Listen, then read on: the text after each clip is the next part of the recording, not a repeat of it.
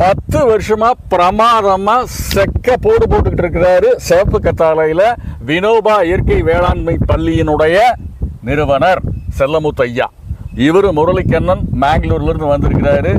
கிட்டத்தட்ட 3 வருஷமா சிவப்பு கத்தாழை பயிரிட்டு பிரமாதமான விளைச்சல் எடுத்து நல்ல லாபத்தை சம்பாதிச்சுட்டு இருக்காரு. சிகப்பு கத்தாழையை பற்றி அதனுடைய விவரங்களை பற்றி செல்லமுத்து ஐயா சொல்லுவார். அதாவது இந்த சிவப்பு கத்தாழைங்கிறது கன்னி கத்தாழைன்னு சொல்லுவோம். இந்த சிவப்பு கத்தாழை வந்து கன்னி கத்தாழை ஏன் பேர் வந்து அதுக்கு பூ வராது, எப்போதும் கன்னியாக இருக்குது. இதை விட என்ன சிறப்புனா இந்த கத்தாழையை வீட்டில் வச்சோம்னா வீட்டில் காத்துக்கருப்பு, பில்லி சூனியம், ஏவல் எதுவுமே வராது. அதனால் இதுக்கு ஒரு பேர் வந்து காவல் கத்தாழைன்னு ஒரு பேர் இருக்குது. இந்த கத்தாழையை நேரடியாக நம்ம சாப்பிடலாம், கழுவ வேண்டியதில்லை. அந்த மாதிரி ஒரு சிறப்பும் இருக்குது.